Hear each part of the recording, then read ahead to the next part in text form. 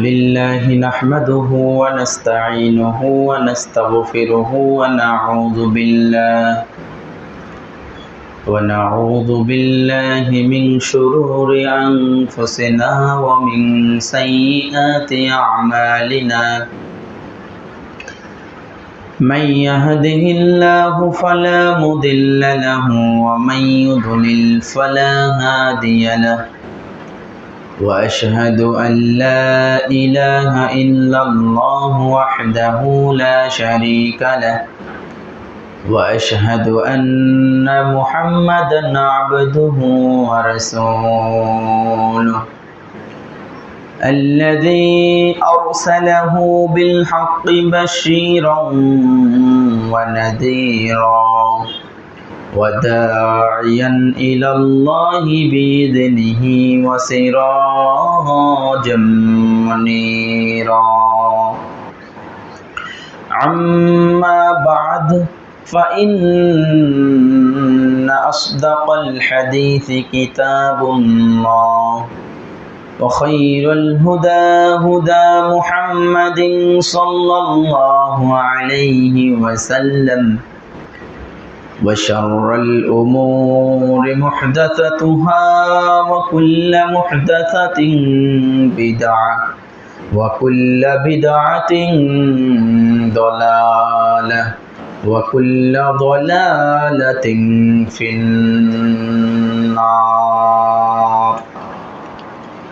فقد قال الله تعالى في كلامه المجيد والفرقانه الحميد: أعوذ بالله من الشيطان الرجيم. بسم الله الرحمن الرحيم. يا أيها الناس اتقوا ربكم الذي خلقكم من نفس واحدة وخلق منها زوجها وبث منهما رجالا كثيرا ونساء واتقوا الله الذي تساءلون به والأرحام إن الله كان عليكم رقيبا. يا أيها الذين آمنوا اتقوا الله حق تقاته ولا تموتن إلا وأنتم مسلمون. يا أيها الذين آمنوا اتقوا الله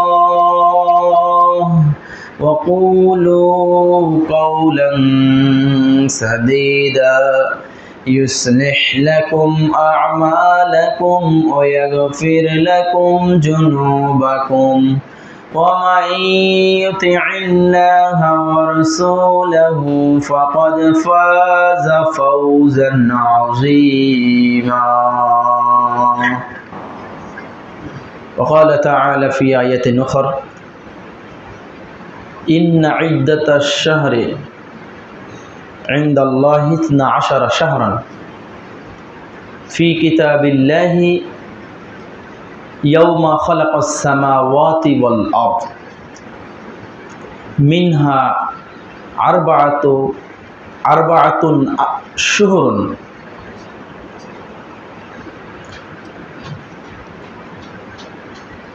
وعن قتادة رضي الله تعالى عنه قال أن رسول الله صلى الله عليه وسلم صيام يوم عرفة أحتسب إلى الله أن يكفر السنة التي قبله أو بعده. رواه مسلم. আলহামদুলিল্লাহ, যাবতীয় হামদ ও সানা সেই মহান রব্বুল আলামিনের জন্য, যে মহান রব্বুল আলামিন আমাদেরকে সাপ্তাহিক ঈদের দিন তথা জুমার দিনে জিলহজ মাসের একবারেই আসবে এমন একটা অবস্থা, জিলকদের শেষ জুমায় আল্লাহ সুবহানাহু ওয়া তাআলা আমাদেরকে তার ঘরে মেহমান হিসাবে কবুল করেছেন। সেই মহান রব্বুল আলামিনের দরবারে সাজদাতুশ শুকর জানাই, সকলে বলি আলহামদুলিল্লাহ। দরুদ ও সালাম বর্ষিত হোক বিশ্ব মানবতার মুক্তির দূত, আখিরি জামানার নবী, সমস্ত নবীগণের সর্দার, যার চরিত্রই ছিল পবিত্র কোরআনুল কারীম, যিনি আমাদেরকে দিন শিক্ষা দিতে কোনো ধরনের কার্পণ্যতা করেননি, যিনি আমাদেরকে দিন শিখিয়েছেন, সেই নবীর ওপরে সংক্ষিপ্ত আকারে দরুদ। সকলে আমার সঙ্গে বলেন আল্লাহুম্মা সাল্লি ওয়া সাল্লিম আলা নবিয়িনা মুহাম্মদ।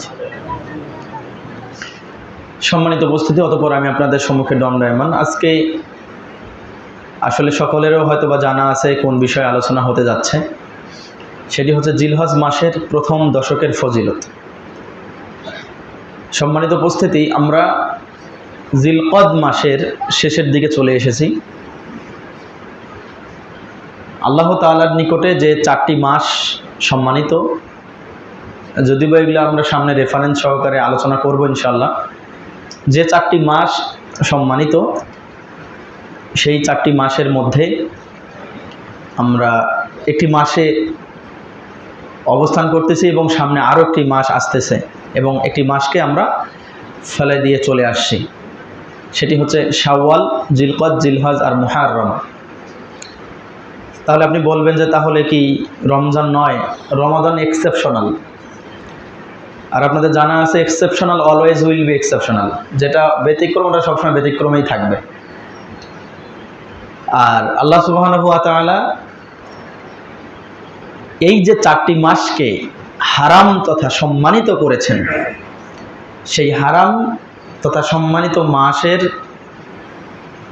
একটি মাস, মানে দ্বিতীয়তম মাস শেষ হয়ে যাবে এখন, জিলকদ মাস। আজকে 27 তারিখ জিলকদ মাসের। চন্দ্র মাস 29 এবং 30-এ, 31 হওয়ার সুযোগ নেই, 28 হওয়ার সুযোগ নেই। চন্দ্র মাস 29 এবং 30। যদি 29 হয় তাহলে আর 2 দিন, যদি 30 হয় আর 3 দিন পরেই মহিমান্বিত একটি মাস জিলহজ মাস, যে মাসে হাজিগণ হজ করবেন। হজ করার উদ্দেশ্যে অনেক দিন আগে তারা চলে গেছেন, কিন্তু এখন যদি কেউ ফিরে আসে হবে না তার হজ। যদি আরাফার দিনে হাজিগণ ওখানে উপস্থিত না হয়ে যদি অন্যখানে চলে যায় বা উপস্থিত না হতে পারে যথাসময়, হজ হবে না। ওইটাই হলো হজের দিন, আরাফার দিন। তো এই মাস অনেক মহিমান্বিত মাস।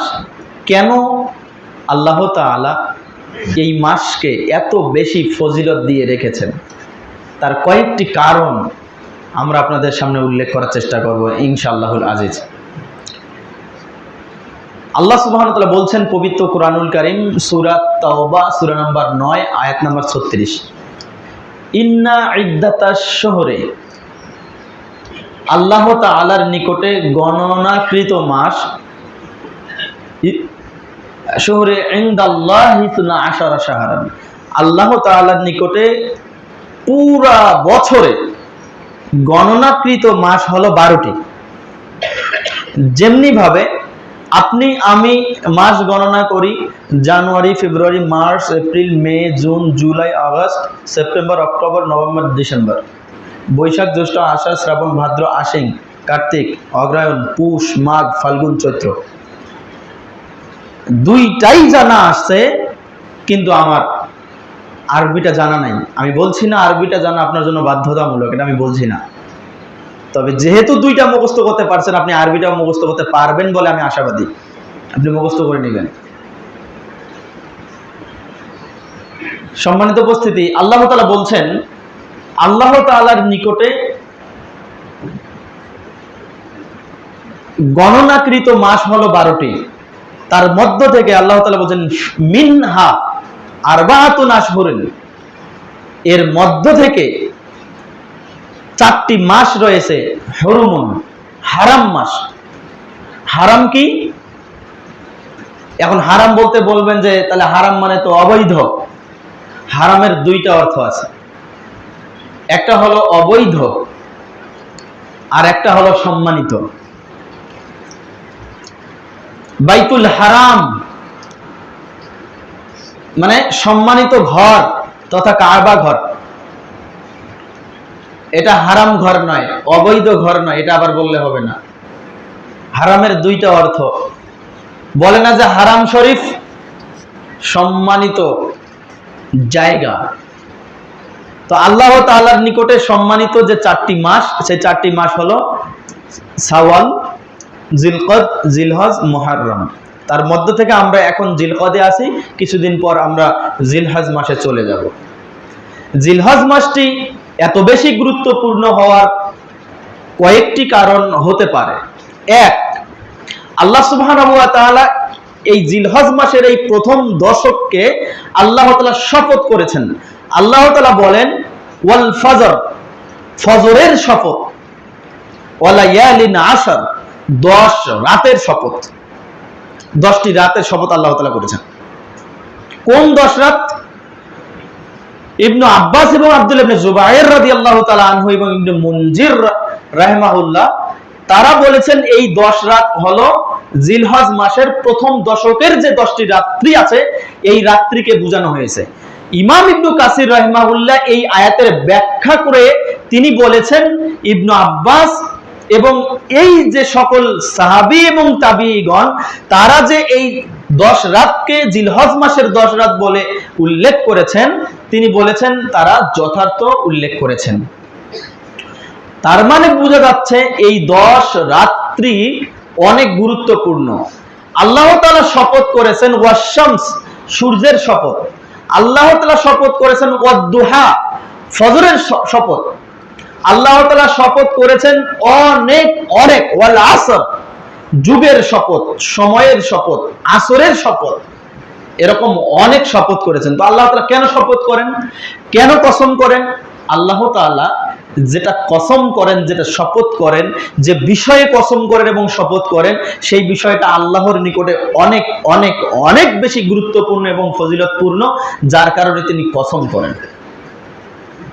তো আল্লাহ তাআলার নিকটে এই জিলহজ মাসের প্রথম দশক এত বেশি গুরুত্বপূর্ণ যে জিলহজ মাসের প্রথম দশক বলতে বুঝতেছেন প্রথম যে 10 দিন, প্রথম এই 10 দিন যে আল্লাহ তাআলার নিকটে এত বেশি গুরুত্বপূর্ণ, যেটা বলে শেষ করা যাচ্ছে না। এই 10 দিনের মধ্যে রয়েছে ইয়ামুল আরাফা, আরাফার দিনে সিয়াম রাখা, এবং আরাফার দিনে সমস্ত হাজীগণ আরাফার মাঠে অবস্থান করে। এই 10 দিনের মধ্যে রয়েছে ঈদুল আজহা, যে দিনে মানুষ তার নফসের প্রবৃত্তিকে কোরবানি করে, মানুষ তার উত্তম বস্তুকে কোরবানি করে সে তার রবের নিকটে উপহার দেয়। এই দিনে বেশি জিকির আজকার করা হয়। এই দিনে সকল মৌলিক আমলের মিলনায়তন। কেমন? মৌলিক আমলের মধ্য থেকে একটি আমল হলো হজ। এই 10 দিনের মধ্যে হজ হয়। মৌলিক আমলগুলোর মধ্য থেকে রোজা রাখা, আরাফার দিনে রোজা রাখতে হয়। রাসূলুল্লাহ সাল্লাল্লাহু আলাইহি ওয়াসাল্লাম, আয়েশা রাদিয়াল্লাহু তাআলা আনহা বলেন, আমি আল্লাহর নবী সাল্লাল্লাহু আলাইহি ওয়াসাল্লামকে দেখেছি, তিনি জিলহজ মাসের 1 তারিখ থেকে শুরু করে 9 তারিখ পর্যন্ত একটানা রোজা রেখেছেন। এই 10 দিনে আপনি রোজা রাখেন, হজ করেন, এই 10 দিনে আপনি নামাজ পড়েন, ইসলামের মৌলিক বিষয়গুলো আছে না? এরপরে এই 10 দিনের মধ্যে আপনি সদাকা করতেছেন, এই 10 দিনের মধ্যে আপনি ভালো ভালো আমলগুলো করতেছেন। তার মানে মৌলিক আমলগুলোও এই 10 দিনের মধ্যে আছে, যার কারণে আল্লাহ তাআলার নিকটে এই 10 দিনের গুরুত্ব, এই 10 দিনের মাহাত্ম্য, এই 10 দিনের ফজিলত অনেক অনেক অনেক বেশি। আবু হুরায়রা রাদিয়াল্লাহু তাআলা আনহু বলেন, রাসূল সাল্লাল্লাহু আলাইহি ওয়াসাল্লাম বলেছেন, মা মিন আইয়ামিন, এমন কোন দিন নেই যে দিনটা আল্লাহ তাআলার নিকটে অধিক বেশি ফজিলতপূর্ণ হয় এই 10 দিন, জিলহজ মাসের 10 দিন ছাড়া। আবারও বলছি, নবী মুহাম্মদ সাল্লাল্লাহু আলাইহি ওয়াসাল্লাম বলেছেন, আল্লাহর নিকটে এমন কোন একটা ফজিলতপূর্ণ দিন নেই যে দিনটা এই জিলহজ মাসের 10 দিনের বাহিরে এত বেশি ফজিলতপূর্ণ দিন আছে। আল্লাহর নবী বলতেছেন, এটা আমার জানা নেই। জিলহজ মাসের এই 10 দিনের ফজিলত এত বেশি, এত বেশি, এত বেশি যে যেটা আর অন্য কোন দিনে আল্লাহ তাআলা এই দিনকে এত বেশি ফজিলতপূর্ণ বলে উল্লেখ করেননি।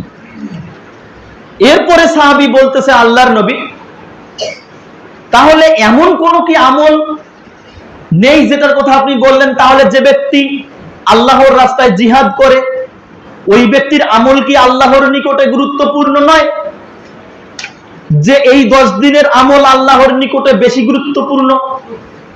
তখন বলছেন যে লা, না, ইল্লা, তবে খরাজা মিন নাফসিহি ওয়া মালিহি, তবে ওই ব্যক্তি বাদ দিয়ে যে তার নিজেকে এবং তার অর্থকে নিয়ে বাড়ি থেকে বের হয়ে গিয়েছে আল্লাহর রাস্তায় জিহাদ করার জন্য, সে আর বাড়ি ফিরে নাই, মানে আল্লাহর রাস্তায় শহীদ হয়েছে, যুদ্ধ জিহাদ করে আল্লাহর রাস্তায় শহীদ হয়েছে, এর আমলটা এই 10 দিনের চেয়ে একটু বেশি।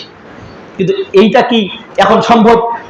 আপনি নিজের জান এবং মাল নিয়ে বাইর হবেন, এখন জিহাদ করবেন, কোথায় জিহাদ করবেন? কার সাথে জিহাদ করবেন? কোথায় শহীদ হবেন আপনি?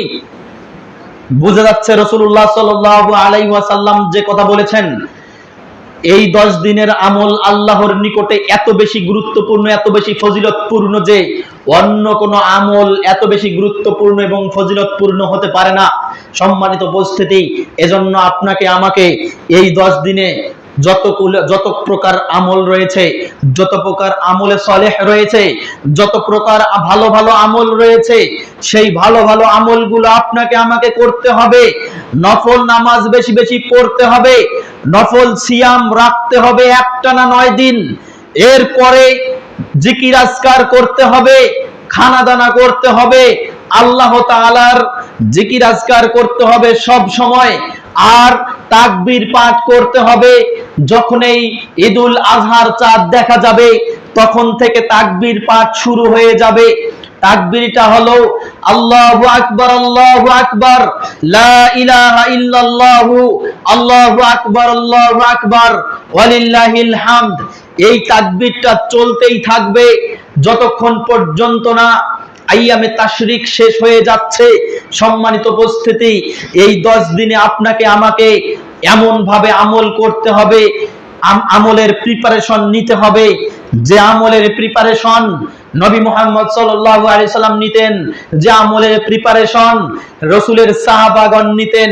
সম্মানিত উপস্থিতি, আমাদেরকে আমলের প্রিপারেশন নিতে হবে। আল্লাহর নবী সাল্লাল্লাহু আলাইহি ওয়াসাল্লামের হাদিসটা বলছি, সহিহ মুসলিম নামে হাদিসের গ্রন্থে হাদিসটা এসেছে। আব্দুল্লাহ ইবনে ওমর রাদিয়াল্লাহু তাআলা আনহু বলেন, রাসূল সাল্লাল্লাহু আলাইহি ওয়াসাল্লাম বলেছেন, দুঃখিত, আব্দুল্লাহ ইবনে ওমর রাদিয়াল্লাহু তাআলা আনহু বলেন, আমি নবী মুহাম্মদ সাল্লাল্লাহু আলাইহি সাল্লামকে দেখেছি। একই সাথে আয়েশা রাদিয়াল্লাহু তাআলা আনহা বলেন, আমি নবী মুহাম্মদ সাল্লাল্লাহু আলাইহি ওয়াসাল্লামকে দেখেছি, তিনি জিলহজ মাসের চাঁদ ওঠার পরে ওই দিন থেকে শুরু করে একবারে 9তম দিন পর্যন্ত তিনি একটানা 9টা রোজা পালন করেছেন। সম্মানিত উপস্থিতি, আমাদেরও রাসূলের উম্মত হিসাবে আমাদেরও এই রকম 9টি রোজা রাখার নিয়ত করতে হবে। 9টি রোজা রাখার নিয়ত করার পরে 9টি যদি নাও রাখতে পারি তাতে কোনো সমস্যা নেই, রাখার চেষ্টা করতে হবে। সম্মানিত উপস্থিতি, যদি কেউ রোজা রাখে আল্লাহর সন্তুষ্টির জন্য, তাহলে তার জন্য কত বেশি ফজিলত হতে পারে। একটি হাদিস শোনাচ্ছি, সহিহ মুসলিম এবং মিশকাতুল মাসাবি কিতাবুস সাওম, সিয়াম সংক্রান্ত একটা অধ্যায় পাবেন। বাবু সিয়ামিত তাতাউই, নফল সিয়াম সংক্রান্ত একটা অনুচ্ছেদ পাবেন। 2053 নম্বর হাদিস বর্ণনা করেছেন আবু সাঈদ খুদরি রাদিয়াল্লাহু তাআলা আনহু। তিনি বলেন, রাসূল সাল্লাল্লাহু আলাইহি ওয়াসাল্লাম বলেছেন, মান সামা ইয়াওমান ফি সাবিলিল্লাহ, যে ব্যক্তি আল্লাহর রাস্তায় আল্লাহকে সন্তুষ্ট করার জন্য একদিন রোজা পালন করে, বা'দাল্লাহু ওয়াজহাহু আনিন নার, আল্লাহ তাআলা ওই ব্যক্তিকে জাহান্নাম থেকে দূরে রাখবেন ৭০ খরিফান, জাহান্নাম থেকে ৭০ বছরের দূরত্ব যত হয় তত দূর ওই ব্যক্তিকে জাহান্নাম থেকে নিরাপদ দূরত্বে রাখবেন। বলুন সুবহানাল্লাহ। এই হাদিসের পরে হাদিস যদি আপনি পড়তে চান, তিরমিজি এবং মিশকাত দুটি হাদিসের গ্রন্থে হাদিসটা আসছে। মিশকাতুল মাসাবি একই অধ্যায়ে একই অনুচ্ছেদ 2063 নম্বর হাদিস। উমামা বাহিলি রাদিয়াল্লাহু তাআলা আনহু বলেন, রাসূল সাল্লাল্লাহু আলাইহি ওয়াসাল্লাম বলেছেন, মান সামা ইয়াওমান ফি সাবিলিল্লাহ, যে ব্যক্তি আল্লাহর জন্য, আল্লাহর রাস্তায়, যে ব্যক্তি আল্লাহর জন্য, আল্লাহকে খুশি করার জন্য একদিন সিয়াম রাখে, জাআলাল্লাহু খান্দাকান, ওই ব্যক্তির জন্য আল্লাহ তাআলা একটা পরিখা খনন করবেন, মানে একটা গর্ত খনন করবেন, কামা বাইনাস সামাই ওয়াল আরজ, আসমান এবং জমিনের যত দূরত্ব রয়েছে। আগে তো ৭০ বছরের কথা বললো, এই হাদিসে রাসূল সাল্লাল্লাহু আলাইহি ওয়াসাল্লাম বলছেন কামা বাইনাস সামাই ওয়াল আরজ, আসমান এবং জমিনের যত দূরত্ব রয়েছে ওই ব্যক্তিকে আল্লাহ তাআলা এত দূরত্বে জাহান্নাম থেকে দূরে রাখবেন। সুবহানাল্লাহ। এটা দূরত্ব কি? রাসূল সাল্লাল্লাহু আলাইহি ওয়াসাল্লাম বলেন, একটা দ্রুতগামী জন্তু যদি 500 বছর রান করে, 500 বছর দৌড় দেয়, যত দূর যাবে এইটা জমিন থেকে আসমান পর্যন্ত তার তত দূরত্ব। রাসূল সাল্লাল্লাহু আলাইহি ওয়াসাল্লাম বলেন, প্রথম জমিন থেকে প্রথম আসমান পর্যন্ত 500 বছরের দূরত্ব। 500 বছর, 500 বছর কে যাবে? কোন প্রাণী যাবে? কে বাঁচবে? আল্লাহর নবী সাল্লাল্লাহু আলাইহি ওয়াসাল্লাম বলেন, যে ব্যক্তি একটা রোজা আল্লাহকে সন্তুষ্ট করার জন্য রাখবে, ওই ব্যক্তিকে আল্লাহ তাআলা জাহান্নাম থেকে 500 বছর দূরে রাখবেন। একবার বলেন না জোরে সুবহানাল্লাহ। তো এত বড় ফজিলত আপনি আমি নিব না কেন? আল্লাহকে সন্তুষ্ট করার জন্য রাখেন না কেন? আল্লাহকে সন্তুষ্ট করার জন্য রাখেন, অন্য কাউকে সন্তুষ্ট করার জন্য নয়। আল্লাহর নবী সাল্লাল্লাহু আলাইহি ওয়াসাল্লাম বলছেন, আস-সাওমু লি, রোজা। হাদিসে কুদসি নবী মুহাম্মদ সাল্লাল্লাহু আলাইহি ওয়াসাল্লাম বলেন, আল্লাহ তাআলা বলছেন, আবু হুরায়রা রাদিয়াল্লাহু তাআলা আনহু রাবী, তিনি বলছেন, আল্লাহ রাসূল সাল্লাল্লাহু আলাইহি ওয়াসাল্লাম বলছেন, আল্লাহ তাআলা বলেন, আস-সাওমু লি, রোজা হলো আমার জন্য, ওয়া নাজজিবিহি, আর এর প্রতিদান আমি নিজ হাতে দিব। একজন ব্যক্তি যখন রোজা রাখে, রোজা রাখার পরে তার পেটে খিদা দাউ দাউ করে জ্বলে, তবুও সে কোনো ভক্ষণ করে না। সে চাইলে ঘরের ভিতরে ঢুকে কিছু খেয়ে নিতে পারে, কিন্তু সে খায় না। সে চাইলে চায়ের দোকানে বসে কোনো কিছু খেয়ে নিতে পারে, কিন্তু সে খায় না।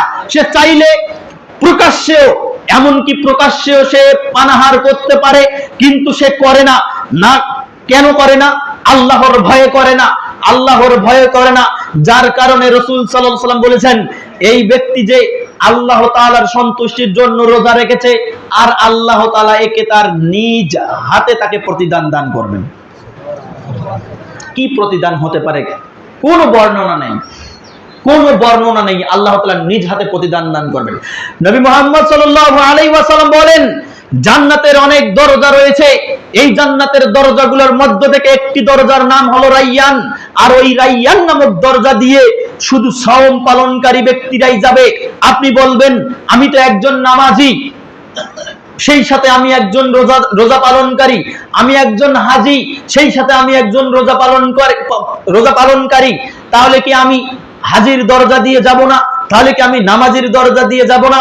সেদিন কিয়ামতের মাঠে রাইয়ান নামক দরজাটা এত বেশি পাওয়ারফুল হবে, রাইয়ান নামক দরজাটির সম্মান এত বেশি হবে যে যারা রোজাদার, তথা নামাজের চেয়েও রোজার উপর, অন্যান্য আমলের চেয়েও রোজার উপর সে বেশি যত্নশীল ছিল, সপ্তাহে 2 দিন রোজা রাখত, সোমবার এবং বৃহস্পতিবার, এক মাসে 13, 14, 15 আইয়াম বীজের রোজা রাখত, মাঝে মধ্যেই নফল রোজা রাখত, রমজান মাসের রোজা রাখত, শাওয়াল মাসের 6টি রোজা রাখতে হয়, এটা রাখে, আরাফার দিনের রোজা রাখতে হয়, সে রাখে, জিলহজ মাসের 9টা রোজা রাখতে হয়, সে রাখে, আশুরার দিনের রোজা রাখতে হয়, সে রাখে।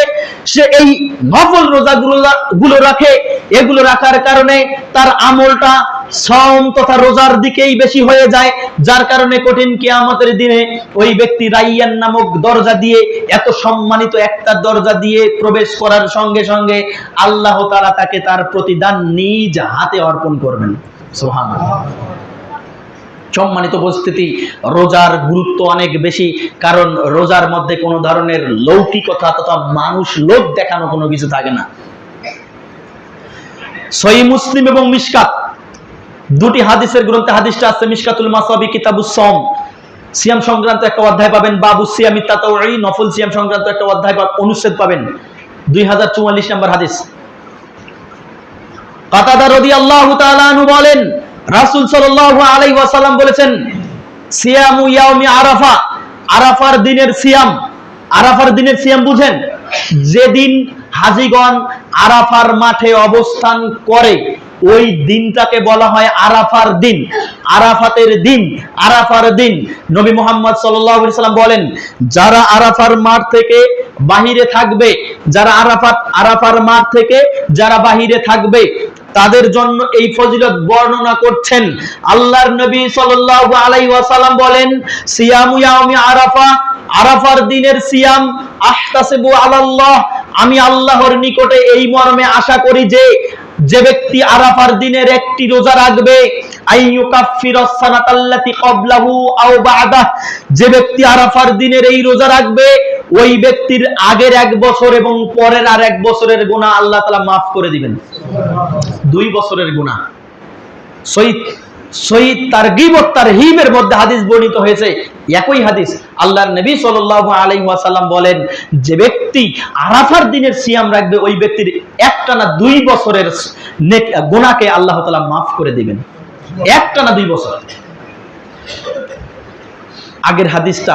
আগের হাদিস দুইটা আবারও স্মরণ করে দিচ্ছি।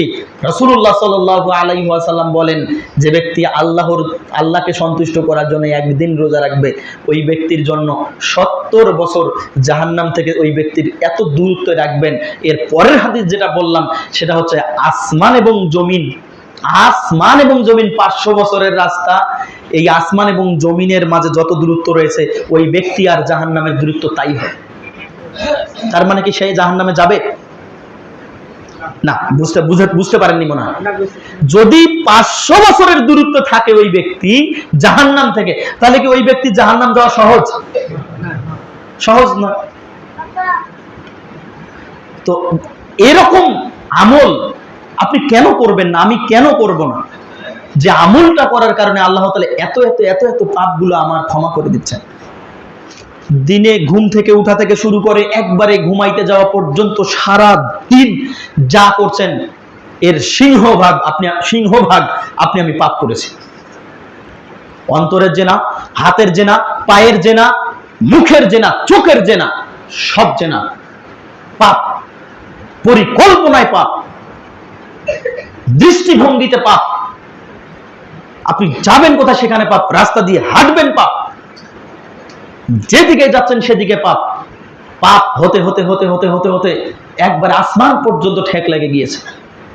তো আপনি কি রোজা রেখে আল্লাহর দরবারে একটাবারও কি ক্ষমা চাবেন না? আবু হুরায়রা রাদিয়াল্লাহু তাআলা আনহু বলেন, রাসূল সাল্লাল্লাহু আলাইহি ওয়াসাল্লাম বলেন, আল্লাহ তাআলা বলেছেন তথা হাদিসে কুদসি, আমার বান্দা যদি জমিন থেকে শুরু করে আসমান পর্যন্ত পাপ নিয়ে আসে, জমিন থেকে শুরু করে আসমান পর্যন্ত কত বছরের রাস্তা? 500 বছরের রাস্তা। আল্লাহ তাআলা বলতেছেন, আমার বান্দা যদি জমিন থেকে শুরু করে আসমান পর্যন্ত 500 বছরের রাস্তা সমপরিমাণ যদি পাপ নিয়ে আমার সামনে দাঁড়ায়, আর বান্দা যদি কোন ধরনের শিরক না করে, আর বান্দা তার জীবনে একবার বলছে আল্লাহ আমাকে ক্ষমা করে দাও, আমি আল্লাহ ওই বান্দাকে আমি ক্ষমা করে দিব। ওয়ালা উবালি, আমি কারোই পরোয়া করি না, আমি আমার বান্দাকে ক্ষমা করব, আমি কাকে পরোয়া করি? আল্লাহ বলছেন এত কঠোর কথা, শক্ত কথা। আল্লাহর বান্দাকে আল্লাহ ক্ষমা করবে না, কে ক্ষমা করবে? লা তাকনাতু মির রাহমাতিল্লাহ, আল্লাহ তাআলা বলেন আল্লাহর রহমত থেকে নিরাশ হইও না, নিরাশ হওয়া যাবে না। পাপ আমার দ্বারা হয়েছে কিন্তু ক্ষমা আল্লাহ করবেই। এ জাতি যদি পাপ না করতো আর এ জাতি যদি আল্লাহর কাছে ক্ষমা না চাইতো, আল্লাহ তাআলা এই জাতিকে ধ্বংস করে দিয়ে অন্য আর এক জাতি দিতেন, যে জাতি বারবার পাপ করতো, বারবার আল্লাহর কাছে ক্ষমা চাইতো। হাদিস। অতএব পাপ হবে, ক্ষমাও হবে। পাপ হয়েছে, আস্তাগফিরুল্লাহ আস্তাগফিরুল্লাহ, এটা আমি করতে চাইনি, এমনটা আমার ইন্টেনশন ছিল না, আল্লাহর কাছে ক্ষমা চান, কান্নাকাটি করেন। জীবনে অনেক পাপ করেছেন, তাহাজ্জুদে উঠে আল্লাহর কাছে কান্নাকাটি করেন, পাপ ক্ষমা হবে ইনশাআল্লাহ। সম্মানিত উপস্থিতি, এরপরে আশুরার সিয়াম আমরা রাখার পরে কোরবানি সংশ্লিষ্ট আলোচনা যদি আল্লাহ আমাকে বাঁচায় রাখে আর আপনাদেরকেও যদি আল্লাহ তাআলা তৌফিক দেয়, কোরবানি সংশ্লিষ্ট আমরা আলোচনাগুলো আগামী জুমায় আমরা করার চেষ্টা করব। আল্লাহ তাআলা আমাদের সেই তৌফিক দান করুন, আল্লাহুম্মা আমিন। আরেকটি বিষয় যেটি আসলে জিলহজ মাসের চাঁদ দেখার আগেই যে বিষয়গুলো একটু আলোচনা করতে হয়, জিলহজ মাসের চাঁদ দেখার যাওয়ার সঙ্গে সঙ্গেই আমাদেরকে তাকবীর পাঠ করতে হবে, যে তাকবীরের কথা একটু আগে বললাম, আল্লাহু আকবার আল্লাহু আকবার, লা ইলাহা ইল্লাল্লাহু, আল্লাহু আকবার ওয়ালিল্লাহিল হামদ, এর তাকবীর। নবী মুহাম্মদ সাল্লাল্লাহু আলাইহি ওয়াসাল্লাম বলেন, হাদিসটা বিশুদ্ধ,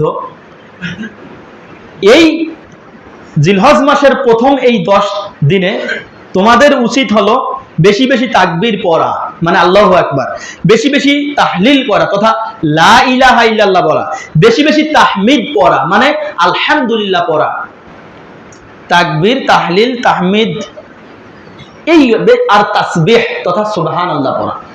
রাসূল সাল্লাল্লাহু আলাইহি ওয়াসাল্লাম বলেন, জিলহজ মাসের চাঁদ ওঠার পর তোমাদের উপর উচিত হলো লা ইলাহা ইল্লাল্লাহ পড়া, আল্লাহু আকবার পড়া, সুবহানাল্লাহ পড়া, আলহামদুলিল্লাহ পড়া। এই তাকবীর, তাহমিদ, এই তাহলিল, তাসবিহ, তাহলিল গুলো যেগুলো রয়েছে এগুলো আমাদেরকে বেশি বেশি পড়তে হবে। এবং ঈদের নামাজের পরের 2 দিন, ঈদের নামাজের পরের 3 দিন পর্যন্ত, ঈদের দিন সহ পরের 3 দিন, তার মানে 4 দিন, এই 4 দিন পর্যন্ত আমাদের কিন্তু তাকবীর পাঠ করতেই হবে। আমরা তাকবীর পাঠ করব, এরপরে জিকির আজকার করব, কোরআন তেলাওয়াত করব, নফল সালাতগুলো বেশি বেশি করে আদায় করব, এগুলো আমাদেরকে করতে হবে। এরপরে নবী মুহাম্মদ সাল্লাল্লাহু আলাইহি ওয়াসাল্লামের একটি হাদিস, যে হাদিসটা সহিহ মুসলিমের মধ্যে বর্ণিত হয়েছে, আবু হুরায়রা রাদিয়াল্লাহু তাআলা আনহু বলেন, রাসূল সাল্লাল্লাহু আলাইহি ওয়াসাল্লাম বলেছেন, যে ব্যক্তি তোমাদের মধ্যে যে ব্যক্তি ইরাদা করে যে কোরবানির দিনে তথা ঈদুল আজহার দিনে পশু কোরবানি করবে, সে তার সামর্থ্য থেকে একটা ছাগি দিবে, একটা ছাগল দিবে, একটা খাসি দিবে, একটা দুম্বা দিবে, একটা গরু দিবে, একটা উট দিবে, এই জাতীয় তার সামর্থ্য থেকে সে কোরবানি করবে। রাসূল সাল্লাল্লাহু আলাইহি ওয়াসাল্লাম বলেন, সে যেন জিলহজ মাসের চাঁদ উঠার পর থেকে শুরু করে সে যেন আর তার গোপ, তার নখ, তার গুপ্তাঙ্গের লোম, তারপরে বগলের লোম, এগুলো যেন সে আর না কেটে ফেলে। তো কবে কাটতে হবে? রাসূল সাল্লাল্লাহু আলাইহি ওয়াসাল্লাম বলেন, ঈদুল আজহার দিনে কোরবানি করার পরে সে এগুলোকে পরিষ্কার করে নিবে। তাহলে এটা একটা আম ব্যাপার, মানে একটা স্বাভাবিক ইন জেনারেল একটা বিষয় হলো, যারাই আমরা কোরবানি দেওয়ার ইরাদা করব তারা আমরা এই আমলটা করব। এই আমলটা করলে কি হবে? নবী মুহাম্মদ সাল্লাল্লাহু আলাইহি ওয়াসাল্লাম বলেন, যে ব্যক্তি এই আমলটা করবে ওই কোরবানি করে যত নেকি হবে, এই আমলটা করার কারণে সমপরিমাণ নেকি সে পেয়ে যাবে। কোরবানি করার একটা নেকি, আর নখ ঈদের দিন কাটা, গুপ্তাঙ্গের লোম ঈদের দিন কাটা, গোপ ঈদের দিন কাটা, সমপরিমাণ নেকি সে পেয়ে যায়। আরেকটা হাদিস, ইমাম নাসিরউদ্দিন আলবানী এই হাদিসটাকে জয়ীফ বলার পরেও বিভিন্ন মুহাদ্দিসগণ এই হাদিসটাকে সহিহ বলেছেন। যে ব্যক্তির, তোমাদের মধ্যে যে ব্যক্তির, মানে আল্লাহ নবীর কথা, আবার আপনি ভাবিয়েন না যে আমাদেরকে তোমাদের বলতেছে, এটা না, আল্লাহর নবী সাল্লাল্লাহু আলাইহি ওয়াসাল্লাম বলতেছেন, তোমাদের মধ্যে যে ব্যক্তির কুরবানি দেওয়ার মতো সামর্থ্য নেই, সেও যেন অনুরূপ আমল করে, আল্লাহ তাআলা ওই ব্যক্তিকে কোরবানি দেওয়ার সমপরিমাণ নেকি দান করবেন। আল্লাহ তাআলার নিকটে নেকির কোনো কমতি নেই। অতএব আমরা এই নেকি পাবো বলে আমরা আল্লাহ তাআলার নিকটে আশাবাদী। যারাই আমরা কোরবানি দিব কিংবা দিব না, উভয়ই আমরা এই আমলটা করব। মানে জিলহজ মাসের চাঁদ উঠার আগেই, যেদিন চাঁদ উঠে যাবে তার আগেই আমরা নখ, গোপ এবং নিজেকে পরিষ্কার করে ফেলব। এরপরে ঈদের দিন হওয়া পর্যন্ত অবশ্যই নখ বড় হবে, গোপ বড় হবে। এই জিনিসগুলো আমরা ঈদের দিন এগুলো কোরবানি করার পর আমরা এগুলো পরিষ্কার করে নেব। আল্লাহ তাআলা আমাদের তৌফিক দান করুন, আল্লাহুম্মা আমিন। মানে উভয়, আমাদের সবাইকে, আমাদের ছোট ছোট বাচ্চাদেরকেও আমরা এই আমল করাবো। নেকি অর্জন করতে কোনো ধরনের কার্পণ্যতা করা যাবে না। ছোট ছোট বাচ্চা, আপনাকে যদি আমি হাদিস শুনে আপনি অবাক হয়ে যাবেন। ছোট ছোট বাচ্চা, এই একবারে 3, 4, 5 বছরের বাচ্চাকেও রসুলের যুগে সাহাবাইগণ, মহিলা সাহাবীগণ, তারা ছোট 3, 4, 5 বছরের, সবিউন বলা হয়েছে। সবিউন শব্দের অর্থ যদি আপনি ডিকশনারিতে খোঁজ করেন তাহলে শিশু, বাচ্চা, একেবারে শিশু, যার এখনো পর্যন্ত বুঝ হয় নাই, অবুঝ শিশুকেও তারা রোজা রাখাইতেন। যখন খিদা লাগতো মায়ের কাছে এসে বলতো যে মা খিদা লাগছে, খাবার দাও, তখন তারা ভেড়ার পশম আছে না, ভেড়ার পশম দিয়ে তারা খেলনা তৈরি করে দিত। খেলনা দিয়ে তাদেরকে ব্যস্ত রাখতো সন্ধ্যা পর্যন্ত। এত ছোট ছোট বাচ্চাদের দ্বারা তারা আমল করে নিয়েছেন। তো ওই বাচ্চা বড় হয়ে জান্নাত প্রেমী হবে না তো আপনার আমার বাচ্চা হবে? যে বাচ্চাকে আমি ছোটকালেই আমি শিখাইলাম চুরি, ছোটকালেই আমি শিখাইলাম মিথ্যা কথা, যে বাচ্চাকে ছোটকালেই আমি ডাকাতি শিখাচ্ছি, যে বাচ্চার সামনে আমি ছোটকালেই বিড়ি খাচ্ছি, ও বিড়িখোর হবে। যে বাচ্চার সামনে আমি ছোটকালেই ঘুষখোর, মানে নিজে ঘুষ খাচ্ছি, সে এখন বড় ধরনের ঘুষখোর হবে। তো তারা আমল শিখিয়েছেন, তারা তাদেরকে দুনিয়া আখিরাত উভয়টাই বুঝিয়েছেন। আর আমরা আমাদের সন্তানদেরকে আমরা দুনিয়া বুঝাচ্ছি, আখিরাত বুঝাচ্ছি না। সম্মানিত উপস্থিতি, অতএব ছোট ছোট বাচ্চাদের উপরে এক্সপেরিমেন্ট করতে হবে, তাদেরকে রোজা রাখার জন্য বাধ্য করতে হবে। হ্যাঁ, পারবেন ওটা পরের কথা, আগে আপনি ট্রাই করেন। আল্লাহ তাআলা সবকিছু নিয়তের উপর নির্ভরশীল। রাসূল সাল্লাল্লাহু আলাইহি ওয়াসাল্লাম বলছেন না, আমাদের নিয়তটা যা তাই। অতএব আমাদের নিয়ত যেটা হবে ওই অনুপাতে আমরা রহমত পাবো, বরকত পাবো। আল্লাহ তাআলা আমাদের সবাইকে এই জিলহজ মাসের প্রথম দশকের যে ফজিলত রয়েছে, আল্লাহ তাআলা এই জিলহজ মাসের প্রথম দশকের এই ফজিলতগুলো পেয়ে নিজেকে ধন্য হওয়ার তৌফিক দান করুন, আল্লাহুম্মা আমিন। আলহামদুলিল্লাহি ওয়াহদা ওয়াসসালাতু ওয়াসসালামু আলা মান লা নাবিয়্যা বা'দা ওয়া আলা আলিহি ওয়া আসহাবিহি ওয়া মান তাবিআহুম বিইহসানিন ইলা ইয়াউমিদ্দিন, আম্মা বা'দ। আমরা আল্লাহ তাআলার প্রশংসা আদায় করি, সকলে বলি আলহামদুলিল্লাহ। রাসূলুল্লাহ সাল্লাল্লাহু আলাইহি ওয়াসাল্লামের উপর দরুদ, সকলে বলি সাল্লাল্লাহু আলাইহি ওয়াসাল্লাম। সম্মানিত উপস্থিতি, জিলহজ মাস আসার পরেই আমরা এই আমলগুলো আমরা যেন ছেড়ে দিতে না পারি, এই প্রতিজ্ঞা, এই নিয়ত করে আমরা এখান থেকে যাব। এখানে আমি কারোর কাছে ওয়াদা নিতে চাই না, কারণ ওয়াদা নিয়ে ওয়াদার খেলাফ করলে আবার এটার কাফারা আছে। আর আমলের জন্য ওয়াদা নেওয়ার দরকার নেই, আমলটা আপনার অন্তর থেকে আসে। কাউকে বাধ্য করিয়ে আমল করানো যায় না। যদি বাধ্য করিয়ে আমল করানো যাইতো তাহলে রাসূলুল্লাহ সাল্লাল্লাহু আলাইহি সাল্লামকে ওই পাওয়ারটা দেওয়া হইতো, মক্কার কাফের মুশরিকদেরকে ঘাট ধরে নিয়ে এসে আমল করাইতো। অথচ আল্লাহ তাআলা বলছেন ফাযাক্কির ইন্নামা আনতা মুযাক্কির, হে নবী আপনি তাদেরকে উপদেশ দেন, আপনি শুধু কেবলমাত্র উপদেশদাতা মাত্র, আর কিছু না। আল্লাহ তাআলা বলছেন ইন্নাকা লা তাহদি আহবাবতা মান আহবাবতা, তুমি যাকে ভালোবাসো তাকে তুমি হিদায়াত দান করতে পারবে না, হিদায়াত তো উপর থেকে আসে। তো আল্লাহর নবী তার আত্মীয় স্বজনদেরকে তিনি যেন খুব দ্রুতই তার আত্মীয় স্বজন, চাচা চাচি, ভাই, যত ধরনের তার বংশের আছে তাদেরকে যেন জাহান্নামের আগুন থেকে বাঁচানো যায়, এই প্রাণপণ চেষ্টা করেছেন। আর আল্লাহ তাআলা আয়াত নাজিল করে দিয়েছেন, হে নবী ইন্নাকা লা তাহদি মান আহবাবতা, হে নবী আপনি যাকে ভালোবাসবেন তাকে আপনি হেদায়েত দিতে পারবেন না, হেদায়েত তো উপর থেকে আসে। একবার স্টপ। কথা কি বুঝতে পারলেন? এজন্য আমি চাইলেও আপনাকে বাধ্য করাইতে পারবো না, আমরা আপনাকে বাধ্য করাইতে পারবো না, তবে অন্তর থেকে এটা আসবে। আল্লাহ সুবহানাহু ওয়া তাআলা আপনাদের সবাইকে এই আমলগুলো করার জন্য কবুল করুন, আল্লাহুম্মা আমিন। আমরা সকলে দরুদ ইব্রাহিম পড়ি। আল্লাহুম্মা সাল্লি আলা মুহাম্মাদ ওয়া আলা আলি মুহাম্মাদ কামা সাল্লাইতা আলা ইব্রাহিম ওয়া আলা আলি ইব্রাহিম ইন্নাকা হামিদুম মাজিদ। আল্লাহুম্মা বারিক আলা মুহাম্মাদ ওয়া আলা আলি মুহাম্মাদ কামা বারাকতা আলা ইব্রাহিম ওয়া আলা আলি ইব্রাহিম ইন্নাকা হামিদুম মাজিদ। রাব্বিরহামহুমা কামা রাব্বায়ানি সগীরা, রাব্বিরহামহুমা কামা রাব্বায়ানি সগীরা। রব্বানা আতিনা ফিদ দুনিয়া হাসানা ওয়া ফিল আখিরাতি হাসানা ওয়া কিনা আযাবান নার। সুবহানা রাব্বিকা রাব্বিল ইজ্জাতি আম্মা ইয়াসিফুন ওয়া সালামুন আলাল মুরসালিন ওয়ালহামদুলিল্লাহি রাব্বিল আলামিন। আসসালামু আলাইকুম।